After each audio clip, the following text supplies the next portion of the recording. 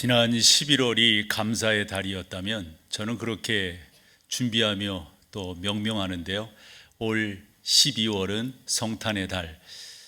근데 우리가 이렇게 살다 보면 특별한 날은 특별하게 준비해야 특별한 날이 되는 것 아니겠습니까? 그렇듯이 저도 말씀으로 이 한 달 동안 잘 준비해서 성탄이 우리 가운데 갖는 의미가 무엇인지를 여러분들과 나눌 터인데요. 여러분들도 잘 준비하셔서 성탄을 그냥 여느 때의 성탄 그렇게 생각하시며 지내시면 평이하지 않겠어요? 특별히 여러분들이 준비하셔서 성탄을 맞이하신다면 2022년 코로나19가 창궐됐고 이제 어느 정도 정리가 된다고 하지만은 그래도 몇만 명씩 하루에 나오는 이때에 우리가 성탄절을 제대로 맞이할 수 있으리라, 또 준비할 수 있으리라 생각을 합니다. 설교에는 여러 장르가 있는데요. 그 중에 하나가 나레이티브 설먼이랍니다. 이 대화하듯이 이야기하듯이. 오늘 저는 설교 노트에는 6개의 주제를 꼽았지만은 사실 훨씬 더 많은 주제를 여러분들에게 말씀을 드리면서 오늘 설교를 해 나가려고 그럽니다. 한 주제를 말씀을 드리고 그 주제가 어떤 의미를 담고 있는지, 우리 가운데 그 주제가 왜 중요한지 이런 부분들을 강조하게 될 터에 그 주제마다 오늘 본문 이 히브리서 2장 17절 18절, 특별히 18절 말씀이 그런 거예요. 주님께서 육신의 몸을 입으신 이유가 어디 있느냐 하는 그런 내용이거든요. 바로 우리 때문이다.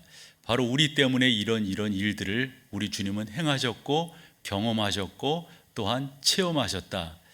이런 내용들로 여러분과 나눠보려고 합니다. 그 첫 번째로 마태복음 1장을 비롯해서 신약 성경에 보면은 예수님의 족보가 소개가 되고 있는데, 이 족보라고 하는 게 우리네들도 웬만한 집들이 그런 것들을 갖추고 있지 않습니까? 부끄럽거나 좀 다른 사람에게 내놓기 뭐한 것, 그거 기록을 안 하려고 할 거란 말이죠. 근데 예수님의 족보를 이렇게 살펴보면 그 가계도를 보면은 왜 이런 것을 굳이 넣었지? 왜 이런 사람까지, 이렇게 생각할 만한 그런 사람들이 기록되어 있음을 보게 됩니다. 몇 사람만 예를 들어보면 라합이라고 하는 여인이 나오는데, 여러분 기억되세요? 여호수아서에 나오는 분인데요. 이분은 사실 여리고성의 기생이었습니다. 그 라합을 그냥 그 안에다가 넣어요. 웬만하면 그거 빼버릴 만도 안 돼. 우리가 얼마 전에 새벽 시간에 창세기서를 나누었는데, 그 창세기서에 나오는 야곱도 그래요. 사실 창세기서 48장 49장의 야곱은 상당히 성숙한 신앙인으로 우리 가운데 보여지지만, 그의 탄생, 그의 출생, 그리고 성장, 형과의 갈등, 그런 것이 기록되고 있는 창세기 27장 이하의 야곱을 보면, 그리고 하란 삼촌 라반의 집에서의 야곱의 태도라든가, 그리고 그 가운데 나오게 되는, 그리고 32장의 약복강, 이런 걸 다 보면 죄송하지만 친구하고 싶을 마음이 없을 것 같아요. 그런 야곱을 성경 우리 가운데 예수님의 족보 가운데 소개하고 있다고 하는 것은 남다른 생각을 우리가 하게 된다는 말씀이죠.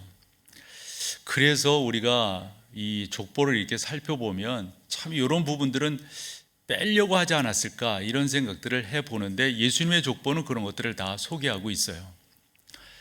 그 영화 친구라는데 그걸 명대사라고 하던데 그것이 명대사인지는 잘 모르겠지만, 그 고등학교 때 학교 선생님이 담임 선생님인 것 같아요. 공부 잘하지 않은 학생들을 불러내가지고 묻는 말이 있습니다. 너희 아버지 직업이 뭐냐? 이렇게 물어봐요. 그때 이 두 사람이 그 선생님에게 엄청나게 맞던데, 하나는 장의사입니다 이랬다고 막 맞아요. 이놈아, 아버지가 남의 시체 만지면서 돈 벌어서 너 공부시키는데 그 정도로 공부해서 되겠어? 두 번째, 이제 그 영화의 주인공이기도 한데 유호성 씨가 그 선생님이 묻는 질문에 너희 아버지 직업이 뭐냐 이렇게 물으니까 건달인데요 이렇게 말을 해요. 그랬다고 그냥 그 선생님이 시계 풀르고 막 그러면서 엄청나게 때리는 것을 이렇게 보게 됩니다. 여러분 집안에 아버지가 건달이라면 그거 자신 있게 말할 수 있겠어요? 영화니까 웃자고 한 말이지만, 우리의 삶에는 친가건 외가건 간에 좀 숨기고 싶은 게 있다고요. 요즘은 그런 문화가 많이 식어졌지만은 얼마 전까지만 해도 명절에는 대가족들이 모이잖아요. 대가족들이 모이면 대개 집안 이야기들을 이렇게 할 거란 말이에요. 근데 그 집안 이야기를 할 때 조심해야 한다고요. 왜냐하면 그 얘기 꺼냈다가는 당사자가 되는 사람은 크게 역정을 낼 테니까 말이죠. 이 정도로 우리는 살아가면서 조심할 그러한 부분들이 있는데, 예수님의 족보를 보면 그렇지 않다 하는 거예요. 사실 구약 성경의 대표적인 신앙의 인물을 꼽는다면 전 다윗을 꼽는데요. 다윗도 우리 가운데 비춰진 좋은 면만을 바라봐서 그렇지 않은 면들을 이야기하려 치면은 어느 분의 표현처럼 피카소의 그림과 같다, 이런 말을 해요. 다윗을 설명할 때 그의 아마 이 속내가 이렇게 울퉁울퉁한 그런 부분 때문에 그렇지 않나 싶은데, 사실 다윗도 이렇게 보면 부끄러움이 있잖아요. 요즘에 다윗의 시편을 새벽 시간에 나누고 있는데, 오늘 시편 같은 경우도 제목을 붙인다면 다윗의 참회시거든요. 여러분 생각해 보세요. 다윗이 뭐를 이렇게 참회했을까요? 보면 다윗에게는 크게 두 가지 잘못이 있었지 않나. 뭐 더 다른 잘못도 있지만 특별히 꼽는다면 그 하나는 자기의 친한 친구입니다. 생사고락을 같이 했다고 그러죠. 어찌 보면은 동지예요, 동지. 그런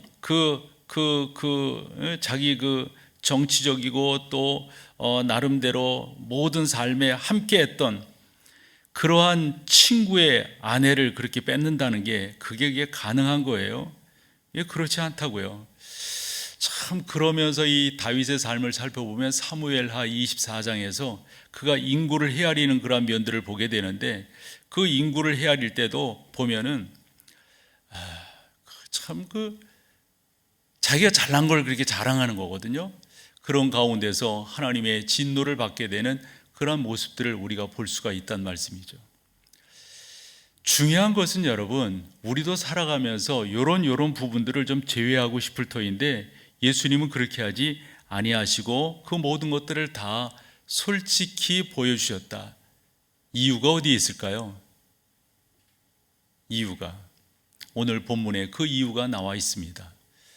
여러분, 예수님의 출생과 자라난 그 고향이 어디입니까? 우리가 아는 베들레헴과 또한 나사렛입니다.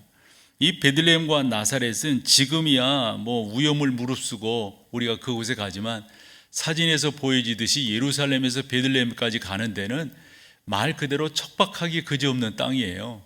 그리고 저 베들레헴이라고 하는 것도 지금 그렇지만, 여러분 저곳에 가보면은 참 도시가 건설되어 있어서 그렇지, 이게 예수님의 고향이라고 하는 것 때문에 아마 기독교 2000년 역사상 계속해서 그곳에 대해서 관심을 갖고 순례하고 하는 사람들이 있어서 그렇지, 저곳 사람들의 관심의 대상일 수가 없어요. 사실 로마 시대 때 지도를 이렇게 보면 예수님의 출생지인 베들레헴과 자라난 나사렛은 표시가 되어 있지 않은 것을 보게 됩니다. 먼지가 풀풀 나는 곳이었고요, 그곳에는 쓸모없다라고 사람들에게 지칭되어진, 그래서 요한복음 1장 46절 말씀을 보면은 나다든지 그런 말을 해요. 그곳에서 뭔 선한 것이 나겠느냐. 여러분, 여기서 선한 것이라고 하는 말은 인물일 수가 있어요. 또 그 가운데 무슨 사람들이 영향을 미칠 만한 사건이 있겠느냐, 이런 거거든요. 아니, 우리 예수님이 왜 그런 데 태어나셔야 되냔 말이에요. 일반적으로 예루살렘에 태어나실 수도 있고 로마에 태어나실 수도 있는데, 그런 곳에 태어난 이유는 간단합니다. 저도 뭐 학교 다닐 때 촌놈이라고 하는 말을 많이 들었지만, 우리가 시골에서 태어나고 다 이런 나름대로 자기 자신에 대한 자존감이 낮아진 그런 사람들을 우리 주님께서 위로하시고 격려하실 목적으로 우리 주님의 이 모든 것들이 소개되고 있다고 하는 사실입니다. 지금 우리가 알고 있는 예수님이야 대단한 분이시지만, 예수님은 평범한 사람 중에 한 분이셨습니다. 우리 주님은 많은 사람들의 삶 속에서 생사고락을 함께 하신, 그리고 그 주님은 나중에 십자가를 지고 돌아가시는, 그래서 예수님의 생애를 살펴보면 배반과 모독과 고독감과 수치를 당하신 그러한 삶이었다고 하는 것을 우리가 알게 됩니다. 저는 한 세 가지 주제를 지금까지 말씀을 드렸어요. 그분의 족보에 대해서, 그리고 그분의 고향에 대해서, 그리고 평범한 삶으로 태어나셔서 우리처럼 사셨다고 하는 것, 우리처럼 배반을 당하시고 모독을, 고독감을, 수치를 당하셨다고 하는 사실을 이야기했어요. 말씀드렸어요. 이유가 어디에 있어요, 여러분? 오늘 본문입니다. 같이 한번 읽어보실까요? 왜 우리 주님이 그런 길을 걸어가셨는가? 같이 읽어보죠. 그러므로 그가 범사의 형제들과 같이 되심이 마땅하도다. 이는 하나님의 일에 자비하시고 신실한 대제사장이 되어 백성의 죄를, 여러분 이것만 보더라도 알잖아요. 왜 우리처럼 그렇게 되셨다는 거예요? 대제사장이 되어 우리의 죄를 속량하시려고 그러셨다는 거예요. 마지막 18절, 그가 시험을 받아 고난을 당하셨든지 여러 가지 일들을 다 경험하셨잖아요. 이유가 어디에 있다는 거죠? 시험 받는 자들을, 바로 우리들을 어떻게 하시려고요? 능히 도와주시려고 그와 같은 삶을 살으셨다. 이렇게 우리 가운데 소개되고 있습니다. 우리가 이 세상을 살아가면서 가까운 사람들에게 나름대로 멸시라고 그럴까요? 가까운 사람들에게 배반이라고 그럴까요? 이거 참 힘들잖아요. 근데 예수님도 이 세상을 살아가시면서 그와 같은 경험들을 다 하셨다고 하는 것을 우리가 알 수가 있습니다. 예수님은 또한 많은 그러한 지도적인 역량들을 갖고 계셨어요. 그러심에도 불구하고 예수님은 그러한 사람들과 함께 하셨지만 그런 사람들에게 휘둘림을 당하진 않으셨던 거죠. 바로 우리를 위로하시고 격려하시기 위해서 그처럼 걸어가셨다고 하는 분인 것을 알 수가 있습니다. 이 말씀을 여러분들과 같이 읽어보고 여러분들의 생각은 어떠하신지 한번 좀 여쭤보고 싶어요. 마가복음 1장 35절입니다. 새벽, 아직도 밝기 전에 새벽이니까 어떤 시간쯤 될까요? 예수께서 일어나 나아가 한적한 곳으로 가사 거기서 기도하시더니, 흔히 이런 구절들을 근거로 해서 예수님이 새벽 기도하셨다, 바로 새벽 예배의 그 처음 시작은 예수님이시다, 이렇게들 흔히 이야기하거든요. 근데 사실 이게 그 이야기인가요? 여러분들의 생각을 좀 말씀해 보세요. 여러분들은 어떻게 이 내용을 이해하고 계신가요? 이 시간이면 많은 사람들이 잘 시간이에요. 근데 예수님께서 밝기 전에 일찍 일어나셔서 한적한 곳에 가셔서 기도하시는데 여러 사람과 같이 가지 않으니 혼자 가신 거예요, 혼자. 그러면 여러분 쉽게 생각을 해보세요. 왜 이렇게 살으셨던 거죠? 예수님도 생각이 많으셨어요. 우리가 전전반측한다고 그러잖아요. 뒤척뒤척 잠이 안 와요. 이유가 어디에 있어요? 생각이 많기 때문이에요. 이 말씀도 저는 그렇게 이해를 했어요. 우리 예수님께서 신앙이 좋으셔서 새벽 일찍 일어나서 기도로 하루를 시작하시고, 그렇게 볼 수도 있는 말씀이지만은 전체적인 정서로 보았을 때 우리 주님께서 이 세상을 살아가시면서 얼마나 많은 생각이 있으셨던가. 번뇌라는 표현도 괜찮을 것 같아요. 고뇌라고 하는 표현도 괜찮을 것 같아요. 기도하지 않으면 사실 수가 없었어요. 기도하지 않으면 정리가 안 되었던 우리의 주님이시라고 우리가 이해할 수가 있습니다. 우리 주님은 꽤나 바쁘신 분이셨습니다. 식사할 시간조차 낼 수 없는 그렇게 바쁘게 살아가는 시간이었어요. 성경을 읽어볼게요. 마가복음 6장 31절입니다. 같이 한번 읽어봐 보세요. 이르시되 너희는 따로 한적한 곳에 가서 잠깐 쉬어라 하시니, 이는 이유가 뭐라는 거죠? 오고 가는 사람이 많아 음식 먹을 겨를도, 적어도 우리는 밥 먹을 시간은 그래도 있잖아요. 모르겠네요. 여러분 중에 밥 먹을 시간도 없는 분이 계신가요? 다 우리 그래도 이 정도는 아니라고, 이 정도는. 근데 우리 주님은 이렇게 살아가세요. 다음 성경 구절을 읽어드릴 터인데, 어느 정도로 바쁘게 우리 주님이 살아가셨냐면, 그러니까 왜 이런 것들을 성경이 기록하고 우리 가운데 소개하느냐. 우리 주님 바쁘게 참 수많은 사람, 많은 사람 고치셨어, 이 정도로 우리 보고 감탄하라고 이 성경이 기록된 것이 아니라고 저는 믿어요. 오늘 성경이 맞는 거예요. 이렇게 예수님이 살아가신 것이 기록이 되어서 우리 가운데 증거되는 것은 그렇게 살아가는 우리 모두를 우리 주님께서 이해하고 받아주시기 때문이다. 수고하고 무거운 짐진 자들아 다 내게로, 어떤 사람이든지 다 내게로 와라. 내가 너희를 쉬게 할 수 있다. 나는 마음이 온유하고 겸손하니 와서 내 멍에를 메고 나와 함께. 우리가 이 세상을 살아가면서 우리 스스로 해결하려고 하는 게 혹여 있든가요? 해결됐다 치자고요. 그게 어떻게 여러분 가운데 의미 있게 다가오는데요? 저는 그렇게 믿어요. 예수님 안에서 해결되지 아니한 우리 삶의 그 어떠한 것도 우리 가운데 진정한 평안을 줄 수 없다. 예수 그리스도 안에서 이해된 것만이. 여러분, 예수님이 어느 정도로 바쁘게 살아가셨냐면 마태복음 15장 30절인데요. 이것도 우리 같이 한번 읽어봐 보시죠. 시작. 큰 무리가 다리 저는 사람과 장애인과 맹인과 말 못하는 사람과 기타 여럿을 데리고 와서 예수의 발 앞에 앉힘에, 그러니까 여러분 봐봐요. 그냥 일반적으로 뭐 오전 시간에 몇 명, 뭐 오후 시간에 이런 게 아니라 큰 무리라고 되어져 있어요. 몇몇 사람이 아니에요.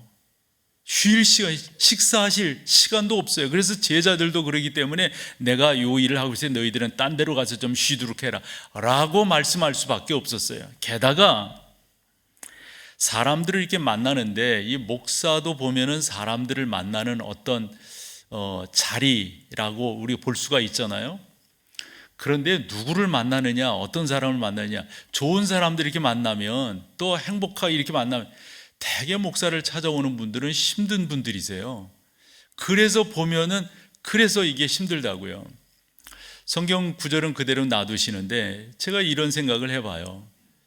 여러분, 예를 들어서 대학에서 1시간 강의를 하는 것과 설교 1시간 하는 것과 이게 뭐 비교하는 게 좀 어색하지만은 에너지 소비량이 어떨까요, 여러분?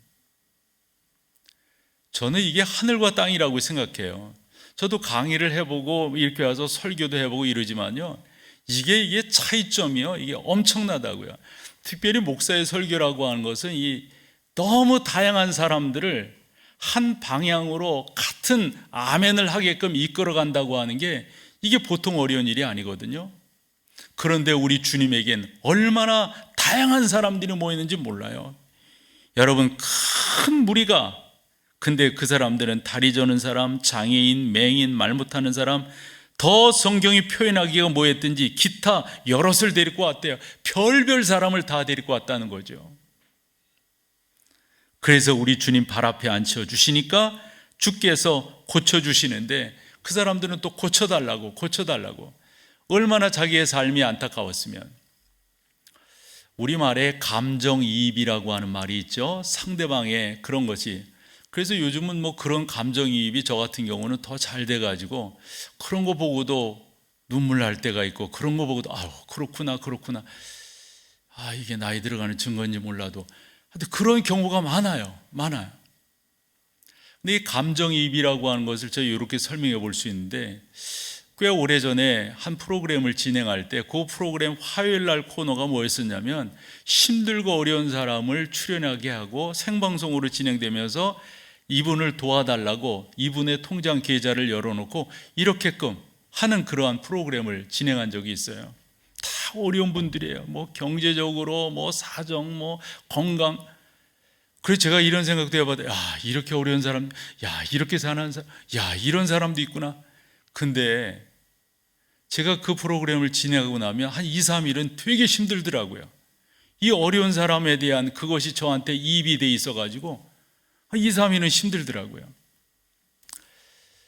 저희 딸이 대학에서 그 심리학을 전공을 했는데, 그 후로 좀 더 공부를 하고 싶어 했어요. 그래서 너 뭐를 하려고 그러는데, 그랬더니 프로파일러를 하겠다고 그러더라고요. 프로파일러가 뭔지 아시잖아요. 제가 극구 말렸습니다. 극구. 그건 너 안 해도 할 사람들 많다. 이유는 간단해요. 우리 주님 한번 생각해 보세요. 나는 이 성경을 보면서도 큰 무리가 해요. 몇 명이 아니에요. 오전에 뭐 10명, 오후에 뭐 이런 식이 아니에요. 다리 저는 사람, 장애인, 맹인, 말 못하는 사람, 그리고 기타 여럿을 데리고 와서 예수님 발 앞에 앉히면서 고쳐달라고. 그랬더니 우리 주님은 고쳐주셨다고 그랬습니다. 예수님은 이런 일만 당했던 분이 아니에요. 예수님의 이름이 여러 사람들에게 회자가 되고 그러면서 예수님에 대해서 나름대로 좋지 않은 감정을 갖고 있었던 그 당시의 기득권층들이 예수님에 대한 안 좋은 생각을 해요. 그러면서 요즘식으로 말하면 가짜 뉴스를 만들어내는 거예요. 가짜 뉴스를. 그 가짜 뉴스를 만들어내니 어머니를 비롯해 동생 그리고 그 집안 식구들이 알고 예수님을 찾아온 거예요. 그러면 가짜 뉴스가 뭔가 봤더니 성경을 또 읽어봐요. 마가복음 3장 20절에서 21절입니다. 집에 들어가시니 무리가 다시 모임으로 식사할 겨를, 이제 아까처럼 이렇게 바쁘고 막 이런 거예요. 근데 그 다음 절, 예수의 친족들이, 아마 여기에는 어머니도 있고 동생들도 있고 또 뭐 친척들도 있고 그런 것 같아요. 친족들이 듣고 뭔 말을 들었어요. 듣고 예수님을 불러러 온 거예요. 뭔 말입니까? 이는 그가 미쳤다. 미쳤다. 미치지 않고서는 저런 일을 할 리가 없다. 미치지 않고서는 속된 말로 여기에 돈 되는 이냐 뭐하냐. 미치지 않고서는 저런 일을 할 일은 없다. 웬만했으면 그의 친족들이 와가지고 예수님을 끌어내겠어요. 한 번은 우리 주님께서 그런 소식을 듣고 어머니와 동생들이 밖에 계시다고 하는 그런 말을 듣고 우리 주님께서 그렇게 말씀하세요. 누가 내 모친이며 누가 내 동생들이란 말이냐. 바로 여러분들이 내 모친이고 내 동생들이다. 이런 말씀을 하심으로 이 땅에 주님께서 왜 오셨는가를 우리 가운데 잘 설명해 주고 있습니다. 뿐만 아니에요.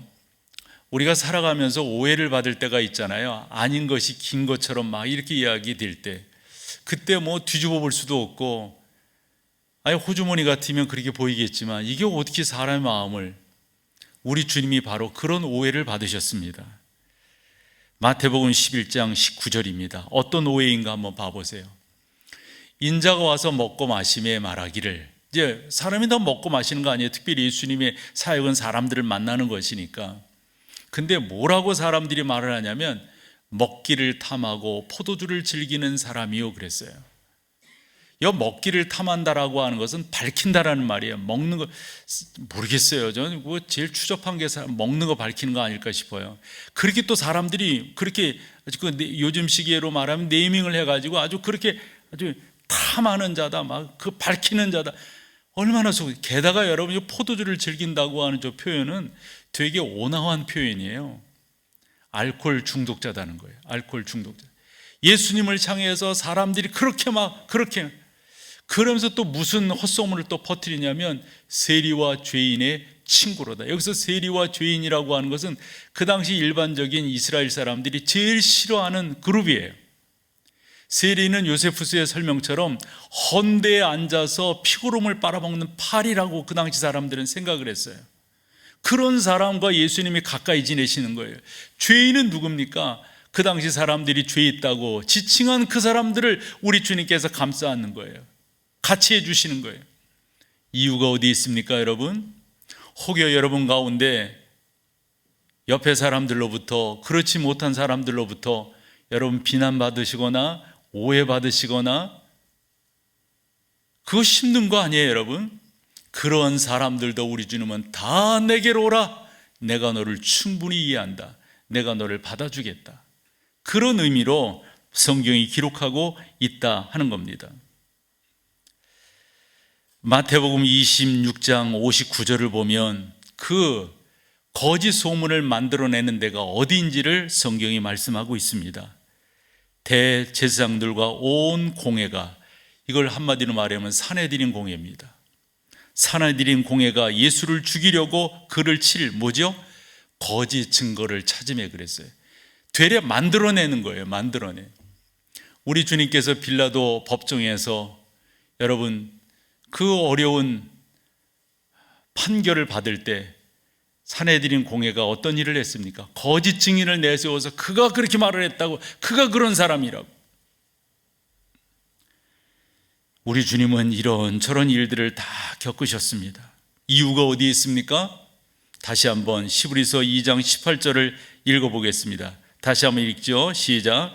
그가 시험을 받아 고난을 당하셨은즉 시험 받는 자들을 능히 도우실 수, 여러분들 한 분 한 분을 우리 주님께서 돕기 위해서, 맞아들이기 위해서 내가 너를 안단다, 내가 너를 이해한단다. 그래서 우리 주님 말씀하신 거예요. 수고하고 무거운 짐을 지고 있는 사람들아, 모두 다 내게로 와라. 내가 여러분들을 쉬게 해주겠다. 여러분 꼭 이렇게 믿고, 그분이 우리를 위해서 이 땅에 오셨고 그분이 우리를 살리시기 위해서 이 땅에 오셨다고 하는 이 사실을 한 번 더 기억하시면서 주 예수 그리스도의 성탄을 준비하며 나아가는 우리가 되기를 소망합니다.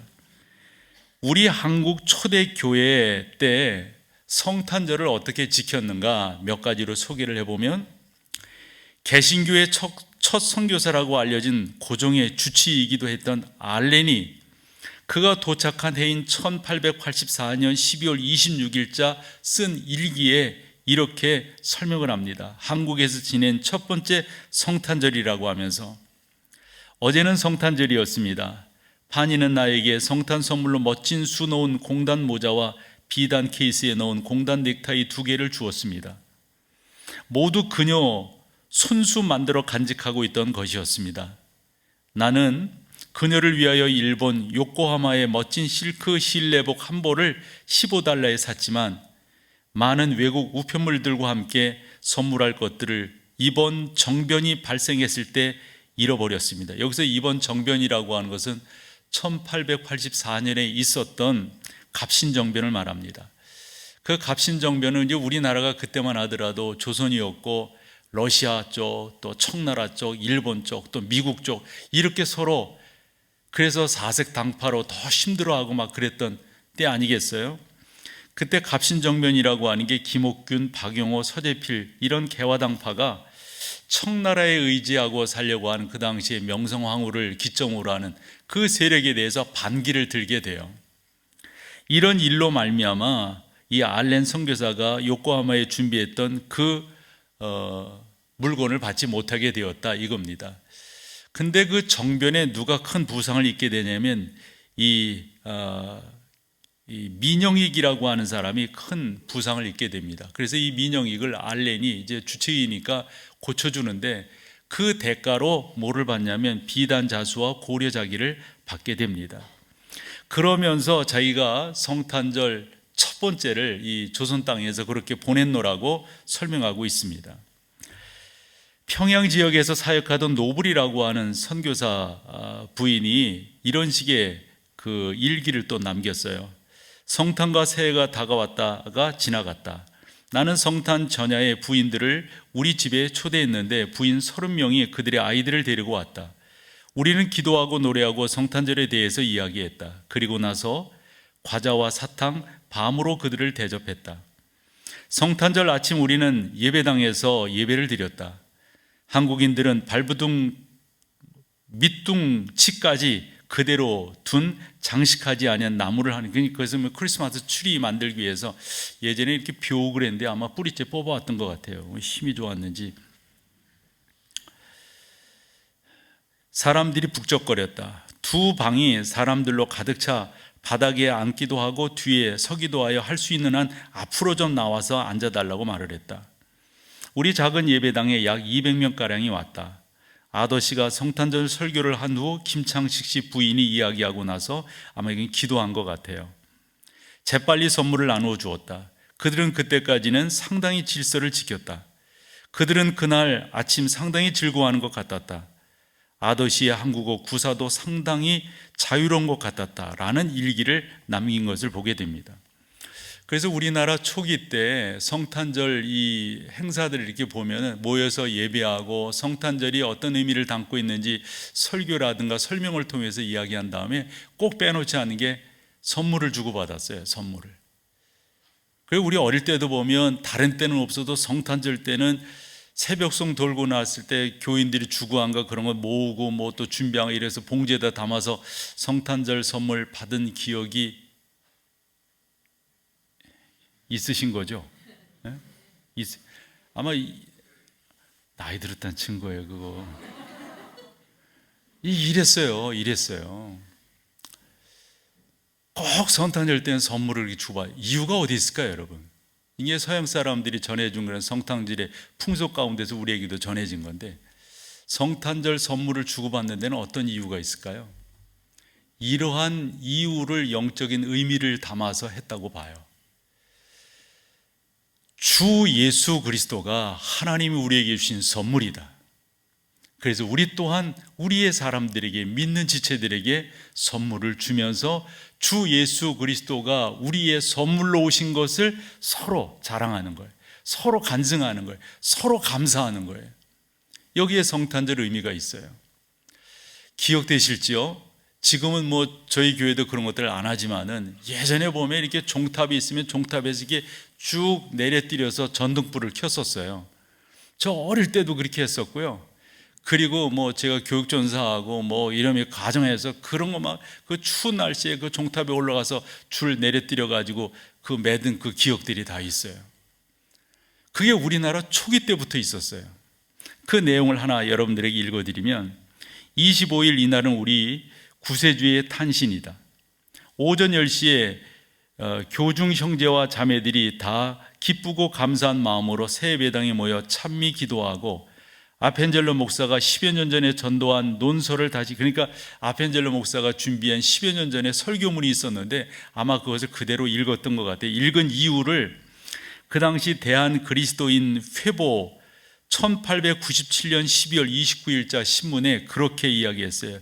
그렇게 한 것은 어떤 것보다도 이치에 합당하고 추워도 차작이 없어. 이 차작이라고 하는 말이 뭔가 봤더니 어긋남이 없어가지고 아펜젤로 목사님의 그 설교를 그대로 했다는 거예요. 그 후에 교우 노병선 씨가 논설하되 구세주의 탄신이 세계상의 제일 큰 명절이 되는 것은 구세주께서 만국 만민의 죄를 대속하사 믿는 자에게 생명을 얻게 하심이라 하고 각기 일심으로 하나님의 은덕을 찬송하고 12시나 되어서 파하니라 그랬어요. 파한다는 말 요즘 쓰는 말은 아니지만 그렇게 했다는 거죠. 오후에 전날 연보한 헌금한 돈으로 남녀 교우 중 빈한 사람과 병든 이들을 차등 있게 분배하여 구제하고 저녁 7시에 학원, 그러니까 학원이 배제학당을 비롯한 그런 학생들이 등불 수백 개를 켰는데 그 중에 제일 큰 십자가 등 한 개를 만들어 금자로 광조 동방, 즉 빛이 동쪽 나라의 빛이다, 이 네 글자를 써서 공중에 높이 달았다 하는 그런 내용이 신문에 실려 있어요. 그럼 이런 정서는 어디로부터 되었는가 봤더니 우리 주님께서 이 땅에 빛으로 오셨다라고 하는 것을 설명하는데 보면은 불교의 연등 행사 있잖아요. 이런 부분들도 기독교 성탄절에 등불을 밝히는데 나름대로 일조했다 이렇게 알려지고요. 그러나 그 가운데 기독교적으로 만들어간 게 십자가를 크게 해가지고 이렇게 높이 들어서 아까 말씀드린 것처럼 광조 동방, 빛이 동쪽 나라에부터 이렇게 비친다라는 것을 설명했다 하는 거죠. 그리고 1898년도에 있었던 신문기사를 보면 기쁘다 우리 주 예수 씨의 탄신이요 강생하신 이때를 당하여 경양 각처의 구세주를 믿는 형제들이 회당마다 모여 등불을 달며 찬미를 하여 기쁘게 경축할세 제물포 교회에서는 조목사 네 분이 다 편치 못함으로 회당에 참여하지 못하였으나 교회에 참여하지 못했다 이런 말이죠. 대한 교우들이 모여 전과 같이 등불을 달아 경축하였다 하고 세문안 예배당에도 장로교 교우들이 모여 구세주 교회의 적십자기와 함께 태극기를 달고 등불을 밝혀 경축하는 예식을 행하였다고 하고 천주교 교인들도 종현회당, 이것은 명동성당을 말하더라고요. 약현회당, 이것은 약현성당을 말하고요. 등불을 굉장하게 달았으니 우리 생각에는 대한천지에도 성탄일에 기념하는 정성과 경축하는 풍속이 점점 흥황할 줄 믿노라 이렇게 신문이 되어져 있는 것을 보게 됩니다. 주 예수 그리스도의 탄생에 대해서 우리 초대교회 교인들이 이렇게 서로 감사하고 높이 올려드렸다 하는 겁니다. 말씀을 드려요. 왜 이렇게 하냔 말이에요. 왜? 미국의 한 기독교 단체가 한 2,000명 정도 모였다고 그래요. 캘리포니아 남부 샌디에고 시내를 이렇게 돌아다녔습니다. 돌아다닌 이유는 후원금을 얻기 위해서. 후원금. 그 후원금의 제목은 뭐냐면 암 치료를 위한 후원금을 얻기 위해서예요. 근데 모금이 잘 되지 않았던 것 같아요. 여기에서 여기까지 예정된 거리가 있었고 나름대로 흩어져서 이렇게 하게 되는데 잘 모이지 않으니까 사람들이 이런 생각을 했다는 거죠. 그냥 우리가 우리 돈 내가지고 그냥 이거 모금하는 거 이거 그만하자. 이럴 때 어떤 한 여인이 끝내 사람들이 그렇게 말하는데도 후원자를 찾아서 열심히 후원금을 모집했다는 거죠. 그런데 가만히 봤더니 그 여인은 머리에 붕대를 감고 있었고 얼굴은 검은 그림자가 그리워진 여인이었다 하는 거예요. 바로 그 여인이 암 환자였다는 거죠. 이 이야기가 하려고 하는 말은 그거예요. 진짜 힘든 사람을 누가 알아주느냐 이거죠. 진짜 암에 걸린 사람의 그 고통과 그 어려움을 누가 알아주느냐? 그것은 암에 걸려본 사람이지 않느냐. 사랑하는 여러분, 오늘 본문 그리고 저는 나름대로 예수님이 어떠한 가족사와 어떤 환경과 어떠한 상황과 어떤 사람들과의 만남을 성경에 기록하고 있는가를 여러분들이 소개했어요. 이유가 어디에 있습니까? 이유가. 그래서 히브리서 2장 17절 18절이 본문인데 그 앞에 내용을 조금 읽어볼게요. 11절에서 16절까지를 우리 같이 한번 읽겠습니다. 시작. 거룩하게 하시는 이와 거룩하게 함을 입은 자들이 다 한 근원에서 난지라. 그러므로 형제라 부르시기를 부끄러워하지 아니하시고 이르시되 내가 주의 이름을 내 형제들에게 선포하고 내가 주를 교회 중에서 찬송하리라 하셨으며 또다시 내가 그를 의지하리라 하시고 또다시 볼지어다 나와 및 내게 주신 자녀라 하셨으며 자녀들은 혈과 육에 속하였음에 그도 또한 같은 모양으로 혈과 육을 함께 지니심은 죽음을 통하여 죽음의 세력을 잡은 자 곧 마귀를 멸하시며 그 다음 또 죽기를 무서워함으로 한평생 매어 종노릇하는 모든 자들을 놓아주려 하심이니 마지막 이는 확실히 천사들을 붙들어 주려 하심이 아니요 오직 아브라함의 자손을 붙들어 주려. 그러면서 오늘 본문을 읽어보자고요. 17절 18절 같이 한번 우리 보여줘 보세요. 17절 18절. 그러므로 그가 범사의 형제들과 같이 되심이 그렇게 되는 게 마땅하다는 거예요. 여러 경우의 수로 우리 주님께서 사신 그것이 마땅하다는 거예요. 이유가 뭐예요? 이는 하나님의 일에 자비하고 신실한 대제사장이 되어 백성의 죄를 뭐 하시려고? 우리 주님께서 대제사장이 뭐 하는 사람인지 아시잖아요. 속량은 뭐 하는 겁니까? 값을 주고 사는 거잖아요. 친히 그렇게 하시려고 이 땅에 육신의 몸을 입고 오셨다는 거예요. 좀 더 구체적인 이유 18절입니다. 그가 시험을 받아 고난을 당하셨은즉 시험받는 자들 여러분 모두를 뭐라고요? 능히 도우실 수 있다는 거예요. 그 주님을 우리가 찬양하고 그 주님을 우리가 높여드리고 이번 한 달 동안 성탄 이 귀한 거룩한 이 날을 우리가 마음껏 찬양하며 나갈 수 있기를 소망합니다. 자리에 일어나셔서 우리 함께 찬양하며 나가겠습니다.